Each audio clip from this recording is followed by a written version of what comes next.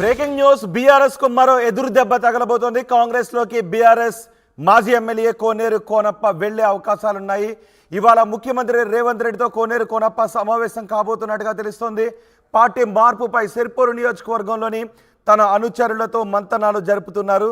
కొమురం భీం జిల్లా బీఆర్ఎస్ అధ్యక్షుడిగా ఉన్నారు కోనేరు కోనప్ప.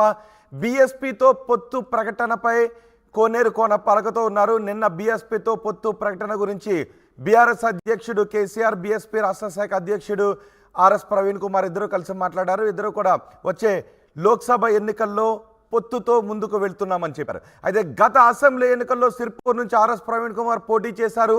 ఆయన 3వ స్థానానికే పరిమితమైనా కూడా చెప్పుకోదగ్గ ఓట్లను మాత్రం ఆయన సాధించగలిగారు. అయితే ఆయన అక్కడ నుంచి ఆర్ఎస్పీ సిర్పూర్ నుంచి పోటీ చేయడంతో కోనేరు కోనప్ప తక్కువ ఓట్ల తేడాతో అక్కడ నుంచి ఓడిపోవాల్సి వచ్చింది. కోనేరు కోనప్ప ఓటమికి కారణం ఆర్ఎస్ ప్రవీణ్ కుమార్ సిర్పూర్ నుంచి పోటీ చేయడమని కోనేరు కోనప్ప భావిస్తున్నారు. ఈ నేపథ్యంలో ఆర్ఎస్ ప్రవీణ్ కుమార్తో పొత్తు పెట్టుకోవడాన్ని వ్యతిరేకిస్తున్నారు కోనేరు కోనప్ప. బీఎస్పీతో పొత్తును కోనేరు కోనప్ప వ్యతిరేకిస్తున్నారు. అందుకే ఆయన పార్టీ మారాలి అనే నిర్ణయాన్ని తీసుకుంటున్నట్టుగా తెలుస్తోంది. ఈరోజు ముఖ్యమంత్రి రేవంత్ రెడ్డితో కోనేరు కోనప్ప సమావేశమయ్యే అవకాశం ఉన్నట్టుగా తెలుస్తోంది. మా ప్రతినిధి రవినాయక్తో మాట్లాడదాం. రవినాయక్, ఏంటి కోనేరు కోనప్ప ఏం చేయబోతున్నారు? పార్టీని మారే అవకాశాలు ఉన్నాయా? ఇప్పటికే ఆయన అనుచరులతో సమావేశాలు నిర్వహిస్తున్నట్టుగా తెలుస్తోంది. ఏం అవుట్పుట్ వస్తుంది? ఏంటి అవుట్కమ్ ఏంటి?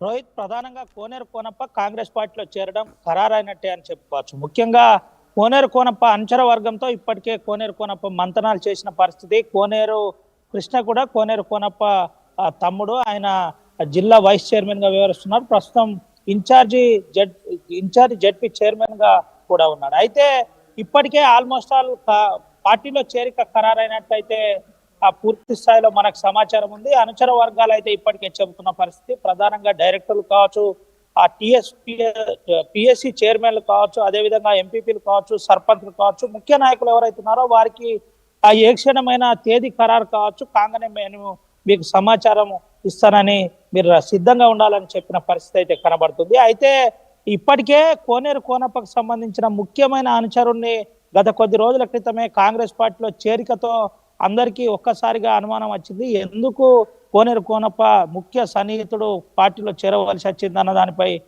కొంతమేరకు పూర్తిగా సందిగ్ధంలో పడ్డారు. అయితే దానికి తెరపడింది. పూర్తి స్థాయిలో కోనేరు కోనప్ప కాంగ్రెస్ పార్టీలో చేరనున్నట్టు, కోనేరు కోనప్ప ప్రస్తుతానికి హైదరాబాద్ లో ఉన్నట్టు ఈ రోజు ముఖ్యమంత్రితో కలిసిన అనంతరం తనకు సంబంధించిన కొన్ని ముఖ్యమైన ప్రధానమైన డిమాండ్స్, అంటే కాన్స్టిట్యున్సీ అభివృద్ధికి సంబంధించిన కొన్ని విషయాలు మాట్లాడే అవకాశం ఉందని తెలిసింది. దాంతో పాటు తన రాజకీయ జీవితం మీద కూడా రాజకీయ ప్రస్తావనపై కూడా చర్చించే అవకాశం ఉంది. తర్వాత తేదీ ఖరారవుతుందని చెబుతున్న పరిస్థితి కనబడుతుంది. అయితే కోనేరు కోనప్ప ఆ పార్టీ మార్పుపై ఒక రకంగా బీఆర్ఎస్ పార్టీకి నష్టమే అని చెప్పుకోవచ్చు. ప్రస్తుతానికి బీఆర్ఎస్ పార్టీ కొమురం భీం జిల్లా అధ్యక్షుడిగా కోనేరు కోనప్ప ఉన్నాడు.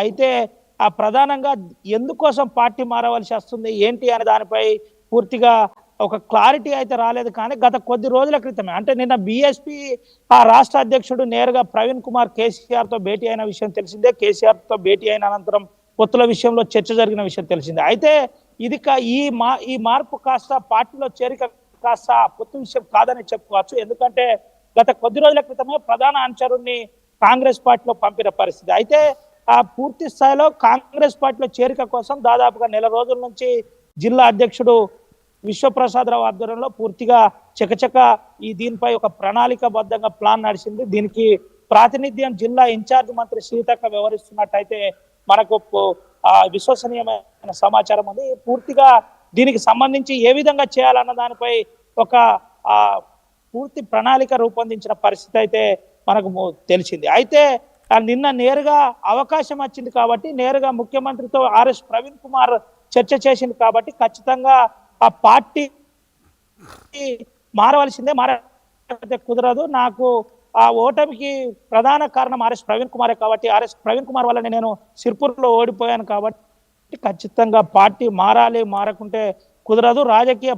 రాజకీయ జీవితం ఉండాలంటే కాంగ్రెస్ లో ప్రస్తుతానికి చేరాలి. ఓడిపోయిన వారే కాన్స్టిట్యున్సీ ఇన్ఛార్జ్లో ఉన్నారు కాబట్టి వెంటనే నేను పార్టీ మారవలసిందే అని ప్రధాన అనుచరులతో మంతనాలు చేసినట్టు మనకు విశ్వసనీయమైన సమాచారం ఉంది. మొత్తం మీద కోనేరు కోనప్పకు సంబంధించిన అంశం పూర్తి స్థాయిలో కాంగ్రెస్ చేరికకు పూర్తిగా ఖరారైందనే చెప్పుకోవచ్చు రోహిత్. రైట్ రవినాయక్, బీఆర్ఎస్ కు మరో ఇద్దరు దెబ్బ. కాంగ్రెస్ లోకి బీఆర్ఎస్ మాజీ ఎమ్మెల్యే కోనేరు కోనప్ప చేరడానికి రంగం సిద్ధమైందని తెలుస్తోంది.